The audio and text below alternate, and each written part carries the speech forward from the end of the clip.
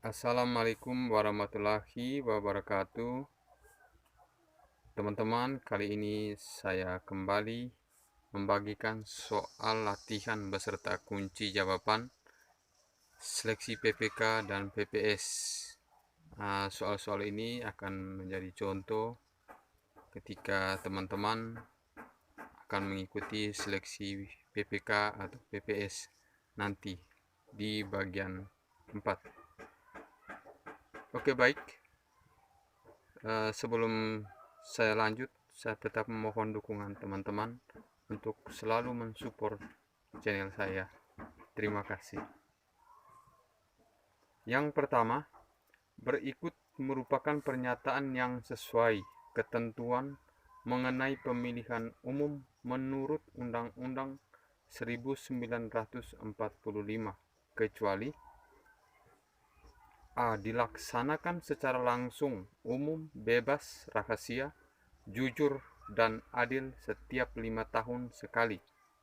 B. Peserta pemilihan umum untuk anggota Dewan Perwakilan Rakyat dan Dewan Perwakilan Rakyat Daerah adalah partai politik. C. Peserta pemilihan umum untuk anggota Dewan Perwakilan Daerah adalah perseorangan. D. Dilaksanakan untuk memilih anggota Dewan Perwakilan Rakyat, Dewan Perwakilan Daerah, Presiden dan Wakil Presiden, anggota Dewan Perwakilan Rakyat Daerah, dan Kepala Daerah dan Wakil Kepala Daerah.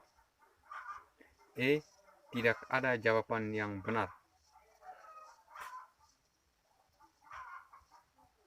Saya ulangi soalnya. Berikut merupakan pernyataan yang sesuai ketentuan mengenai pemilihan umum menurut Undang-Undang Dasar 1945, kecuali D.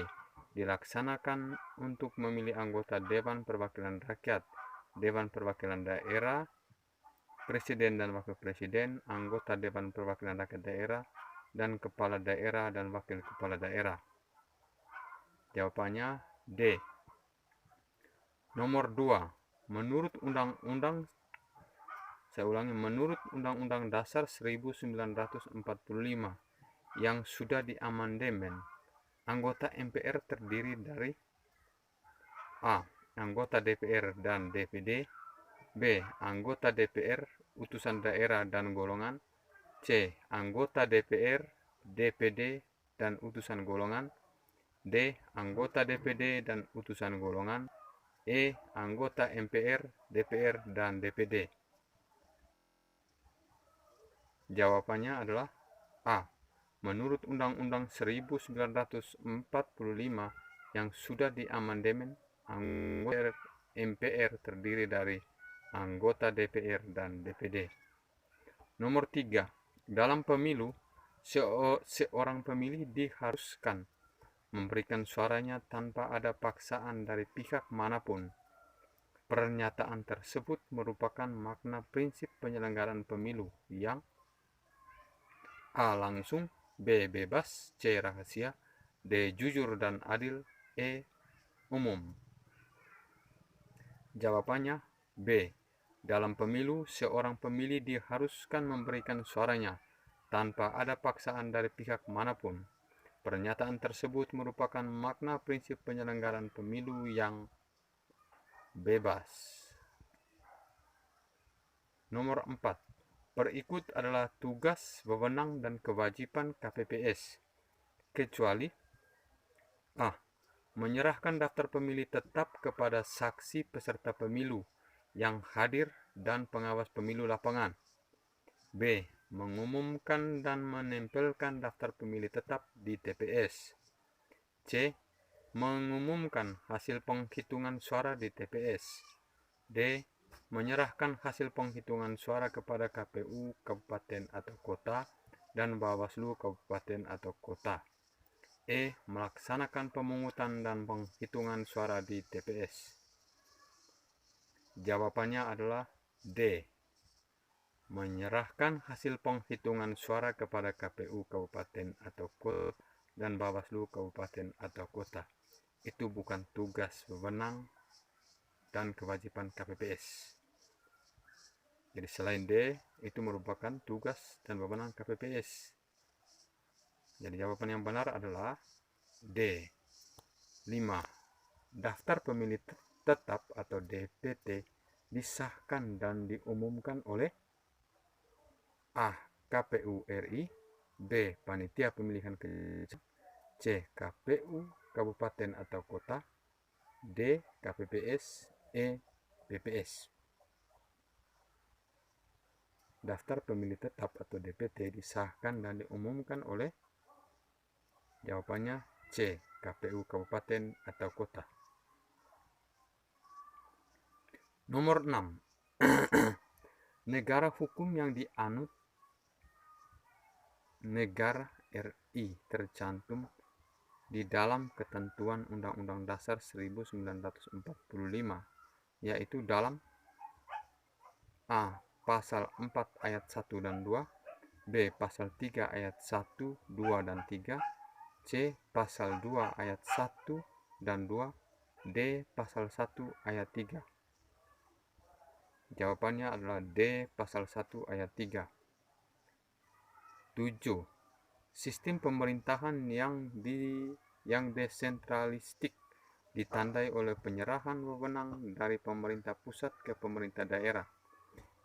Instansi vertikal yang ada di daerah diadakan untuk menyelenggarakan asas pemerintahan: A. Desentralisasi, B. Dekonsentrasi, C. Sentralisasi, D. Tugas pembantuan, D. Dekonsentralisasi. Jawabannya adalah B. Dekonsentrasi. Nomor 8.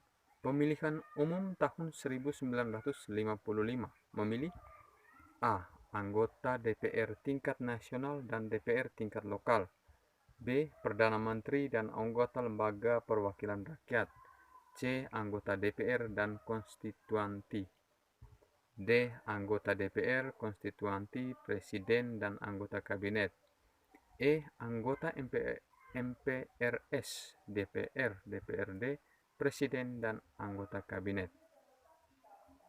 Jawabannya adalah C. Anggota DPR dan konstituanti. 9. Pemilu presiden yang dilakukan secara langsung sejak 2004 berdampak terhadap E. Eksistensi DPR RI dan DPD RI, B. Menguatnya sistem presidensil, C. Eksistensi Mahkamah Agung, D. Eksisnya sistem demokrasi perwakilan, E. Tumbuh dan berkembangnya politik patronas. Jawabannya adalah B. Saya ulangi soalnya. Pemilu presiden yang dilakukan secara langsung sejak 2004 berdampak terhadap menguatnya sistem presidensil. Lanjut, nomor 10. Berdasarkan sejarah kelahiran golput atau golongan putih pada sekitar pemilu 1971, istilah tersebut dipergunakan untuk menyebut perilaku pemilih sebagai berikut. A. Pemilih yang tidak mengerti cara mencoblos tanda gambar kertas suara rusak. B. Pemilih yang tidak datang ke tempat pemungutan suara karena malas. C. Pemilih yang tidak mau memilih karena menganggap bahwa rakyat tidak bebas memilih dan tidak ada pilihan lain kecuali partai politik yang direstui pemerintah. D. Pemilih yang tidak peduli dengan demokrasi. E. Pemilih yang mencoba mengajak masyarakat mendirikan partai politik baru dengan nama golput. Jawabannya adalah C. Pemilih yang tidak mau memilih karena menganggap bahwa rakyat tidak bebas memilih dan tak ada pilihan lain kecuali partai politik yang direstui pemerintah. Oke, terima kasih untuk informasi yang saya bagikan di bagian 4 ini. Nantikan terus video saya selanjutnya. Assalamualaikum warahmatullahi wabarakatuh.